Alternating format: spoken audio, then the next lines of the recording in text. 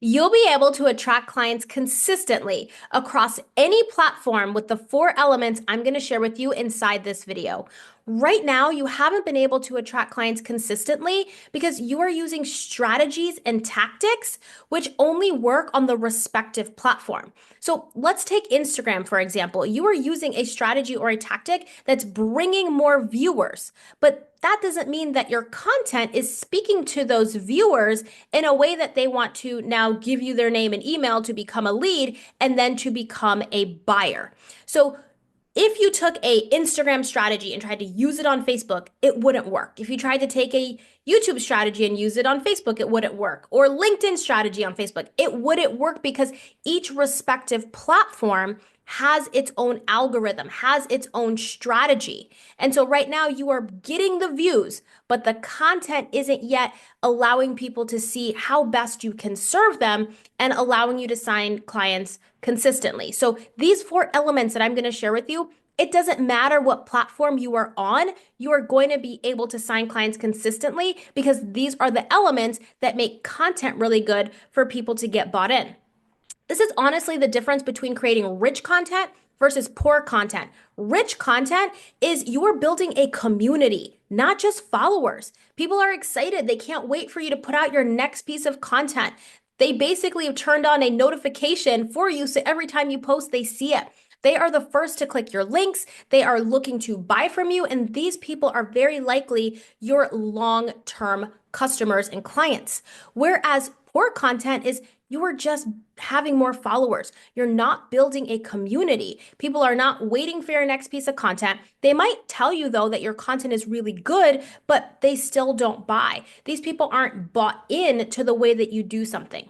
And so these 4 elements, let's dive in. I even created a acronym for you to remember it. And this acronym is called FAMS, FAMS. So think of this almost like your family that you're going to be creating with your content. So this is going to help you build your community. So FAMS, the F stands for framework. This is where you take your knowledge and you basically take a sliver of that knowledge and you put it into a framework so that when you create content, you can share a helpful piece of information and it's valuable to the person, not just you spewing out all of your knowledge and information online, but you have put it into a framework that makes it easy for them to consume. Now, you want the content that you're making to elicit emotion, to stimulate someone's thinking, but if it's not easy for them to consume, now they can't feel the emotions that you're trying to drum up in them. They're having to use all their mental bandwidth, all of their energy in trying to figure out what you are saying. But when you put it into a framework where you have distilled your knowledge into a way that they can consume it, now they can take that and go implement it in whatever area of expertise that you serve people in. So maybe you have a certain framework that you use to help somebody with their health, maybe in their intimate relationships, maybe in friendships, maybe in their parental relationships, whatever expertise you do, this is going to help your person be able to identify, hey, I remember I was watching this YouTube video or this Instagram reel or read this post by so and so, and they gave me this framework. And so it's easy for them to remember to then apply it whenever they are in a situation that they can use your help. And so here's what's really cool about having a framework is that people can take it and use it, but they're still going to need your help to make it specific to their life. So I've given you this acronym FAMS. And although this is an acronym you can now go take and do something with, this is something I help my clients with where I customize this to their personal business. So when you have given somebody the framework and the initial help, guess what? They're going to now need to pay you to be able to implement this more personally into their lives. And so this allows people to see not just what you do, but it allows people to see how you can really help them. And it also helps them become a believer of your work in the way that you do something. Because guess what? Everybody has an expertise. Everybody has knowledge. But when you have taken that knowledge and made it in a way that's easy for somebody to consume, now they're going to be able to see you as the person who can help them, and they're going to want to pay you. So let's dive into the A. A stands for analogy. This is a comparison of something that is similar. So the purpose of an analogy is to make somebody have a mental picture, an image in their mind of what you are saying. And the moment you can do that, now they're really paying attention because it's easy for them to consume. And so let's just say, for example, you lost your keys and your place that you lost them, maybe a room or somewhere in your house is just really messy. You might use the analogy and say something like, it's almost like trying to find a needle in a haystack. Well, what does that do for your mind even when I say that? You think of haystack and then you think of needle, right? And so you created an image in your mind of haystack and needle. Now, when you say you lost your keys and you had a hard time finding it, now somebody can see like, okay, there's a lot of mess maybe where you live, and you had to find some keys in a really messy place. So this helps somebody to have a image in their mind. And so you basically take something that is common that somebody would be able to know, like needle in a haystack, and then apply it to your situation. One of my favorite analogies is using sales and dating. So I always talk about, well, you don't want to be needy for a sale, right? You want to make sure that you're relaxed, you're low key, because guess what? Not everybody is going to buy from you, and that's totally okay. They need you. You don't need them. They want their solution solved.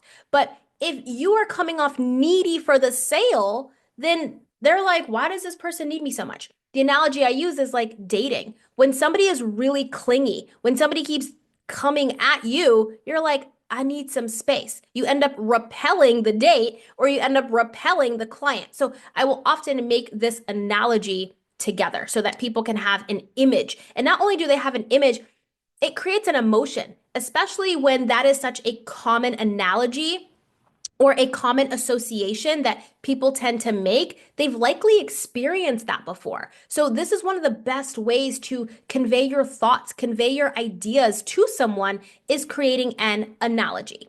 Now, the M stands for metaphors. A metaphor is a comparison, but it is a comparison that doesn't necessarily seem like they go together. Now, the same rules apply here in terms of the fact that this is helping somebody to see a picture in their mind of what you are saying. And so the more we can help somebody see something in their mind and feel something in their body, now they've associated you with being able to help them because you've stimulated something in them. So one of my favorite metaphors, actually, I was at an event with Dr. Sonia Stribling, and she said, oh my gosh, I don't even want to butcher it. She said, why are you down there with the pigeons when you know you're meant to soar with the eagles? And like the audience was just, whoa. It was cool because guess what? We know what it's like when we see like pigeons in New York City and the streets are dirty, right? That's an image when we think of a pigeon. But then when we think of an eagle, what do we think of? An eagle soars, wings are open, soaring high, looking down, right? And so this wasn't to say, hey, we're better than anybody. No, but we're different. This was a room full of entrepreneurs who know that they can do more and be more, right? And so we already feel different than the masses. Jump in the comments right now if you already feel as an entrepreneur, you are different from the masses, right? And so that drummed up so much because it elicited an emotion. It was like, no, I'm not a pigeon. I'm an eagle. And so it gave people an identifier. And it really just like roared the crowd, right? Because we all saw ourselves as eagles, but we're able to see how we might have been operating like pigeons. So this is how you can really use a metaphor to elicit the emotion, create the mental imagery, and really get your point across, especially if what you are teaching and educating on is like dense, right? You want to be able to help people absorb and comprehend what you are saying because listen, the content isn't good if people aren't picking up what you're putting down. Like you might be super smart and know exactly what you're talking about and really know how to help a person, but if the person can't comprehend it, then they don't ever know that they can buy from you. So this is why it's so important to improve our content. And these four elements is the way that you improve your communication. So that way your content is better. So people aren't just looking at your stuff, looking at your content, but they're actually absorbing something from it to the point that now they want to make a purchase. So S is stories. Now, stories is where you share your unique experience and your unique insights that only you have. Listen, everybody has the exact same knowledge. Everyone has the degree, certifications. Everyone's got a foundational baseline of knowledge, but nobody has your unique stories and your unique insights. And so this is what you want to share inside of your content. So I've often shared that I had a really bad stutter growing up, sometimes still do. But here I am. I've got a YouTube channel. I do a lot of speaking, and that was something I overcame. So there's people in my audience that have messaged me and said, "Wow, like tell me how you overcame that. Tell me what you did. It's so great for me to see someone who had a stutter being able to speak." And I remember my hands being so sweaty and like not wanting to give a group presentation, always asking for the smallest part because my stutter was so bad. Always having to go to the bathroom before because I had to like breathe my way into feeling calm to go be part of a group presentation, right? But this was something that I had worked on. And I said to myself, if I'm going to change lives, if I'm going to have a business, this is something I have got to work through. And by the grace of God, I've been able to work through most of my stutter. I'm not saying it's perfect. Sometimes I do. A lot of times I do actually, but this is an element of my story that I will often share so people know, no, I'm not perfect. I do get complimented a lot on my speaking, and thank you so much, but it's just been a practice. And so I want people to know that, and that's why I share the story. I share the story of, after working full time 1 year, after 1 year as a physical therapist, I woke up one day and was like, this cannot be my life. And that started my business journey. I shared how my mom had a stroke when she was 29 years old and I was 5 years old. And I grew up always saying I wanted to be like Tammy, which was my mom's physical therapist. So you see how I was able to just share those stories because these stories are a part of my brand. They're a part of me, but they also help to support the people that I'm working with, all of you who have stories that are similar to mine and can attach yourself to my story and see ways that you can also overcome. You can see yourself in my story, which is the whole point of telling a story, is you want people to see themselves in your story. One of the big mistakes in people telling a story is that they often make themselves the center of the story but haven't yet figured out how to make their audience the center of that. So that way they can see themselves. And that's just one of the mistakes. I want you to check in the description box below because I have a free masterclass for you that goes over the 7 biggest content marketing mistakes that's blocking your monthly sales. So you can grab that down below totally free, but it's going to be a great adjunct after you have implemented these elements, or I should say, while you are implementing these elements. And so share your story in a way that your person, your audience can see themselves in your story. So when you are creating content, you can take one of these elements, 2 of these elements, 3 of these elements, all 4 of these elements, and you can infuse them into your content so that what you are saying makes way more sense to your audience. They can use the framework. They can remember the analogy that you said. They can relate to the metaphor. They can remember the story. Because here's the thing about content, you want to be memorable. And right now you're using the strategies or the tactics, but those strategies and tactics are just bringing you views and serving an algorithm, but not serving your people. And so memorable content makes people feel something. It makes people see their problem differently in a way that they've never seen their problem before. And that's what you get to do for people. And when they see you that way, or when they see you as the person who's made them feel that way, now they're going to want to buy from you. Now they become a part of your community, not just a follower and somebody who's inside of your audience.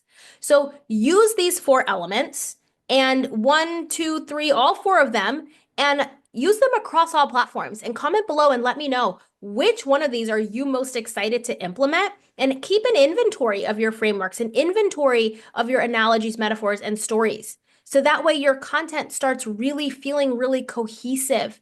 And this is how you're going to start building out your brand, not just being a person who sells products. It's really easy to sell products online. You can make a sale like tomorrow, in the next day, in the next 5 minutes. It's easy to make a sale.